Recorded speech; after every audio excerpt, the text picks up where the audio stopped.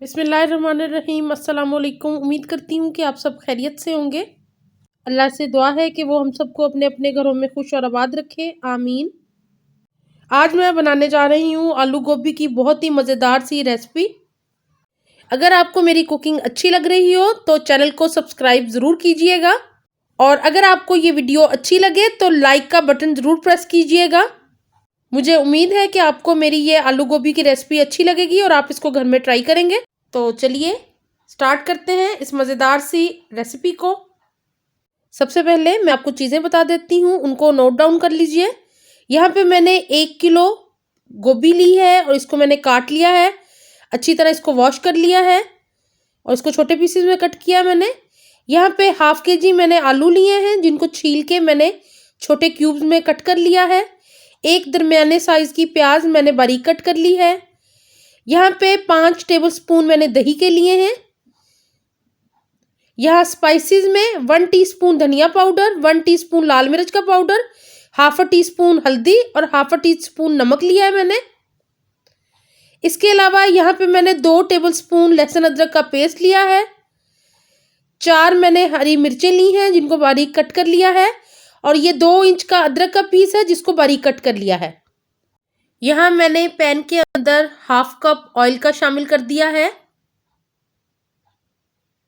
यहाँ पे ऑयल गर्म हो गया है और अब मैं एक प्याज जो कि बारीक स्लाइस में कट की हुई थी, इसको शामिल कर दिया है।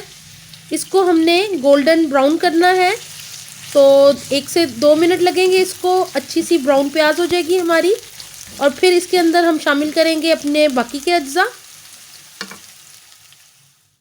प्याज जब हल्का सा ट्रांसपेरेंट हुआ है तो मैंने इसके अंदर हाफ टी स्पून ज़ीरा शामिल कर दिया है।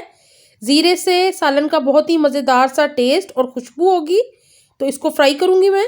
यहाँ प्याज ब्राउन हो गई है। अब मैंने इसके अंदर लहसुन अदरक की पेस्ट शामिल कर दी है।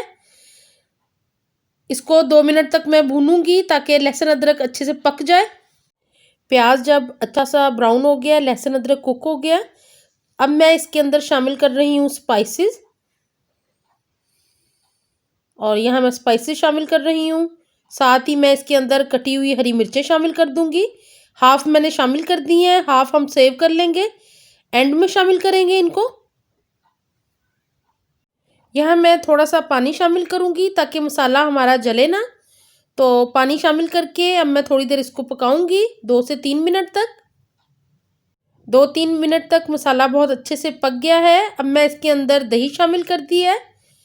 दही से आलू गोभी का टेस्ट बहुत ही मज़ेदार हो जाएगा। यहाँ मैंने टमाटर शामिल नहीं किए, तो आप मेरी रेसिपी को फॉलो करते हुए दही शामिल करके देखिएगा, आपको आलू गोभी का टेस्ट बहुत ही मज़ेदार लगेगा। मसाला बहुत अच्छे से भुन गया है। अब मैं इसके अंदर कटी हुई गोभी शामिल कर रही हूँ, और साथ ही मैं कटे हुए आलू शामिल कर दूँगी। अब मैं सारी सब्ज़ी को मसालों के साथ मिक्स कर रही हूँ ताकि सारे मसाले सब्ज़ी के अंदर अच्छे से मिक्स हो जाएं। यहाँ मैं सब्ज़ी को अच्छे से मिक्स कर रही हूँ। इसके अंदर पानी शामिल करने की हमें बिल्कुल ज़रूरत नहीं है, क्योंकि इसका अपना ही पानी इतना निकल आता है। अब मैं इसको कवर करके 10 मिनट के लिए हल्की आंच पे रख दूँगी। 10 मिनट तक मैंने इसको हल्की आंच पे पकाया था। हमारी सब्ज़ी ऑलमोस्ट गल गई है। इस टाइम पे आके मैं इसके अंदर कटी हुई अदरक के स्लाइसेस शामिल कर रही हूँ, और साथ ही जो बची हुई हरी मिर्चें थी उनको भी शामिल कर दिया मैंने। थोड़ा सा कटा हुआ हरा धनिया मैं ऊपर से शामिल कर रही हूँ, जो कि हम मिक्स कर देंगे सालन में, और थोड़ा सा हम गार्निश में इस्तेमाल करेंगे। तो अब मैं इन सारी चीज़ों को अच्छे से मिक्स कर लूँगी। ये बहुत ही मज़ेदार सब्ज़ी की रेसिपी तैयार होती है, आप इसको ज़रूर ट्राई कीजिएगा।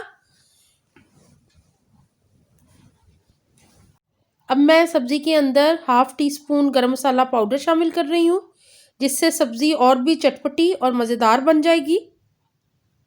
यहाँ पे सब्ज़ी तैयार हो गई है। आलू गोभी में से ऑयल बाहर निकल आया है। अब इसको हम सर्व कर लेंगे।